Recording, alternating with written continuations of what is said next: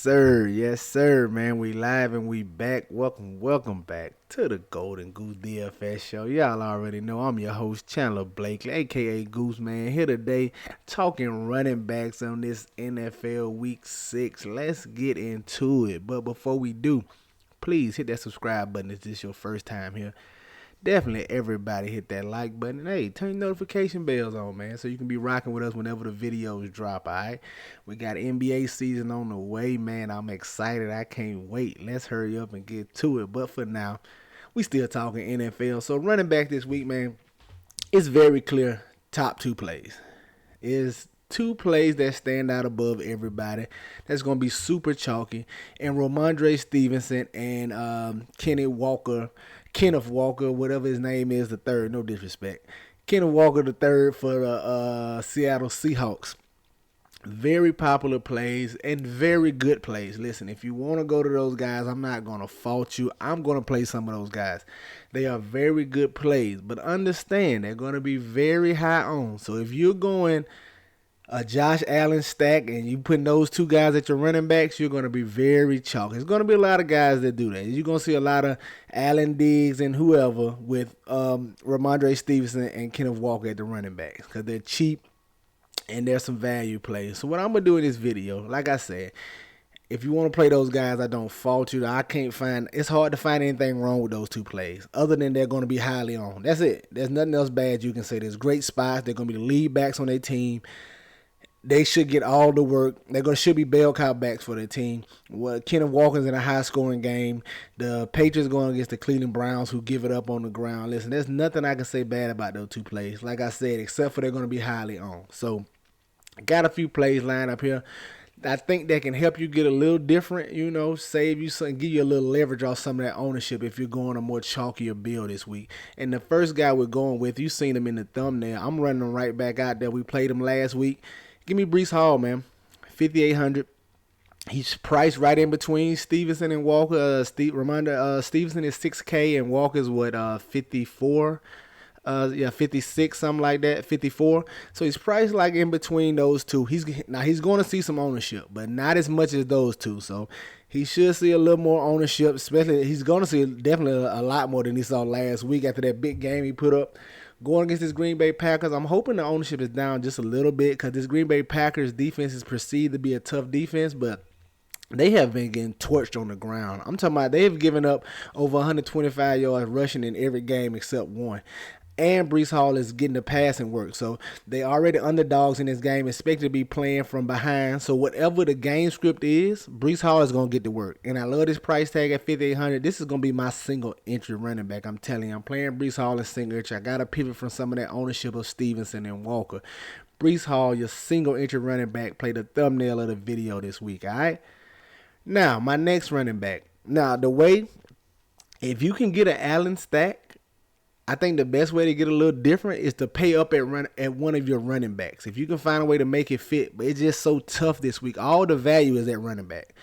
The best value plays, it's some value plays at receiver, but the best value plays are at running back. So with people paying up for the stacks of Allen and Mahomes, they're going to have to pay down at running back. So that's why you're going to see those guys get a lot more ownership, especially in the single entry. So I think a way to get different is to pay up a little bit at running back. And the guy I got my eye on is Dalvin Cook. In this spot, going against the Miami Dolphins, this Dolphins defense, they are not what they used to be last year. They was a much better defense last year and the year before. The defense is not really that this year. And Dalvin Cook is the bell cow back. Y'all know I love the bell cows.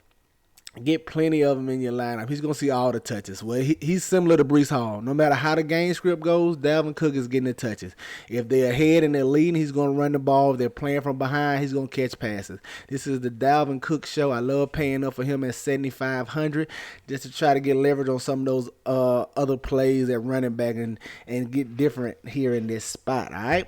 Coming in my third running back this week, I got one more guy for you. Kind of a pay-up option, not quite all the way, but a guy I got my eye on is Joe Mixon.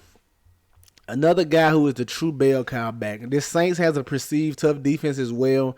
They're okay, but they've been giving it up on the ground too. They didn't see some 100-yard rushes, and I like getting the mix in here, man. He's another bell cow back. He's similar to what we saw with Dalvin Cook last week. Dalvin coming into last week, Dalvin Cook getting all the touches, racking up yards, just hadn't found the end zone. He found the end zone 2 times last week, gave you a nice score. I think Joe Mixon in this same spot. He's the same kind of back. He gets all the touches on the ground. They're playing from behind and they're throwing to the back is going to be him. He is the bell cow back. Like I said, I'm not too worried about this Saints defense. It's another situation where Joe Mixon can approach 100 plus total yards, and if he can find a couple touchdowns, he can give you a nice payoff at this 6,900 price tag. I like getting a Joe Mixon here, another bell cow back. All right, and I'm gonna give y'all one more little bonus play, a GPP play, 20 max play. A guy I'm looking at is Christian McCaffrey, man. Christian McCaffrey, we know what. Listen, this is a situation that nobody's going to really want to go to. Carolina then fired their head coach. We don't know what's going on. We don't really know what the interim coach is going to try to do. But one thing we do know is, what everybody knows is, that Christian McCaffrey is a weapon that the Panthers have not taken full advantage of this year. And with possibly seeing a backup QB in P.J. Walker, I think they may lean on Christian McCaffrey a little more. Now, I know this Rams defense has the big names over there, Aaron Donald, Ramsey, but let's not act like they've been super stout this year, okay? Donald's capable of making some plays, but I'm not fearful of this Rams defense at all. And like I said, we're possibly seeing P.J. Walker at QB. I like Christian McCaffrey right here in the area of uncertainty. He's probably not going to see any ownership, especially with this price at 8,300. This possibly could be a breakout game we've been waiting on all year from Christian McCaffrey. We're going to wait and see. Like I said, it's risky, strictly a large field GPP play, but I like getting the Christian McCaffrey this week as a pay-up option at the running back. I know pay-up options haven't particularly paid off this year. Going the cheaper route at running back and saving money has been the way to go, but I'm hoping right here we can see that change a little bit. I like getting the Christian McCaffrey at 8,300 right here. All right? That's going to do it for our running back this week, man. Y'all already know the motto. Chances make champions. Y'all green up, man. I'm going to catch y'all next time, all right? Let's get it. You hear me?